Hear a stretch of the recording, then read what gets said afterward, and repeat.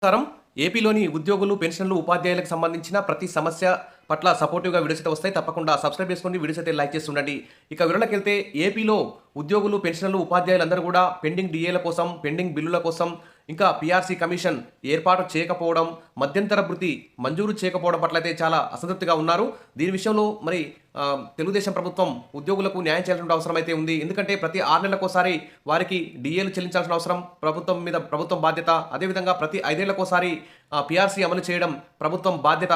అది విధిగా చేయాల్సినటువంటి పని. ఎందుకంటే వివిధ వర్గాల ప్రజలకు ఎన్నో సంక్షేమ పథకాలు అమలు చేస్తున్న ప్రభుత్వాలు మరి ఉద్యోగులని గాలికి వదిలేయడం అయితే అన్యాయం అని చెప్పుకోవచ్చు. కాబట్టి వెంటనే ఏపీలో ఉద్యోగులకు సంబంధించి పీఆర్సీ కమిషన్ ఏర్పాటు చేయడం, తర్వాత మధ్యంతర భృతి 30% మంజూరు చేయడం, అదేవిధంగా పెండింగ్ డీఏలు కూడా వెంటనే విడుదల చేసి పెండింగ్ బిల్లులన్నింటినీ విడుదల చేయాలని చెప్పేసి ఉద్యోగులకు సంబంధించిన ట్రాన్స్ఫర్లు, ప్రమోషన్లు, ఇతర ఆర్థికేతర అంశాలన్నింటినీ పరిష్కరించాల్సిన బాధ్యత ప్రభుత్వం మీద ఉంది. ఎందుకంటే ఎన్నో ఆశలతో మరి తెలుగుదేశం కూటమి ప్రభుత్వానికి సపోర్ట్ చేసి గెలిపించుకున్నారు ఉద్యోగులు కూడా. కాబట్టి ఉద్యోగులకి న్యాయం చేయాల్సిన బాధ్యత కూటమి ప్రభుత్వం మీద ఉందని చెప్పుకోవచ్చు. ఇక్కడ ఇప్పుడు మహానాడు సంబరాల్లో తెలుగుదేశం ప్రభుత్వం, చంద్రబాబు నాయుడు ప్రభుత్వం అయితే మునిగిపోయి ఉంది.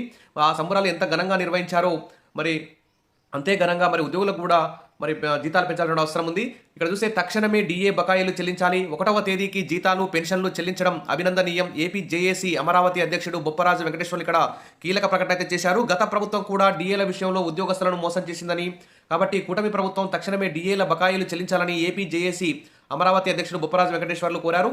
ఈ మేరకు గురువారం మధ్యాహ్నం ఎన్జీఓస్ కార్యాలయంలో ఏర్పాటు చేసిన మీడియా సమావేశంలో ఆయన మాట్లాడుతూ, కూటమి ప్రభుత్వం ఎన్నికలకు ముందు ఉద్యోగులకు అనేక హామీలు ఇచ్చిందన్నారు. ఈ మేరకు పీఆర్సీ అమలు చేయడం, మధ్యంతర భృతి ఐఆర్ని మంజూరు చేయడం, పాత బకాయిల కోసం ఉద్యోగులు ఎదురు చూస్తున్నారని తెలిపారు. ఇక ప్రభుత్వం మీద గౌరవంతో బకాయిల కోసం కోర్టులకు వెళ్లడం లేదని స్పష్టం చేశారు. ఆల్రెడీ తెలంగాణలో మరి రిటైర్మెంట్ అయిన ఉద్యోగులు మరి బకాయిల కోసం అయితే కోర్టుకు కూడా వెళ్ళినటువంటి సందర్భం చూస్తున్నాం. మరి ఏపీలో కూడా ఉద్యోగులు ఇంతవరకు అయితే కోర్టుకు వెళ్ళలేదు.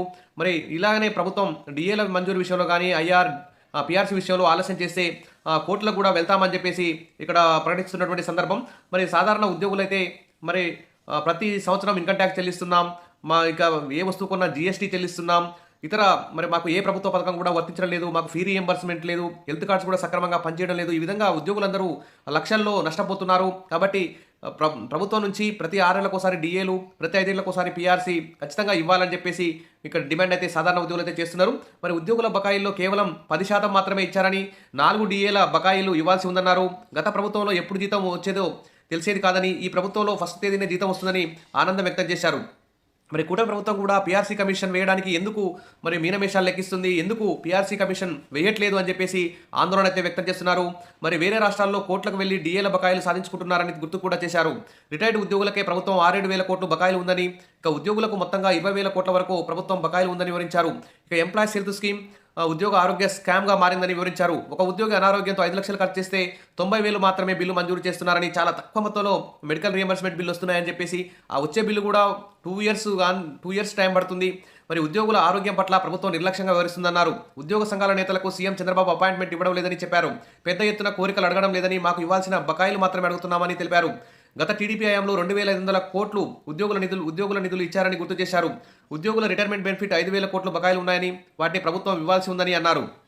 కాబట్టి అన్ని జిల్లాల్లో పర్యటించి ఉద్యోగుల సమస్యలు తెలుసుకుంటామని, అందులో భాగంగానే ఇక్కడికి వచ్చామని ఏపీ జేఏసీ చైర్మన్ అయితే చెప్పారు. ఇక సమస్యలు పరిష్కరించకపోతే ఉద్యమానికి కూడా సిద్ధమవుతామని హెచ్చరించారు.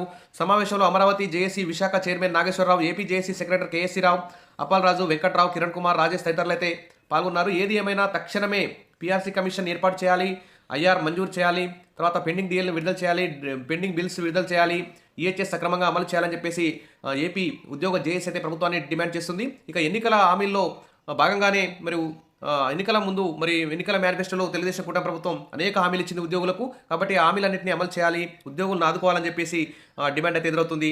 Wish all the best. త్వరలోనే ప్రభుత్వం ఉద్యోగులకు, పెన్షన్లు, ఉపాధ్యాయులందరికీ గుడ్ న్యూస్ చెప్తుందని చెప్పి ఆశిద్దాం. Wish all the best. Thank you. Subscribe చేసుకోండి, వీడియోస్ అయితే లైక్ చేయండి. Thank you.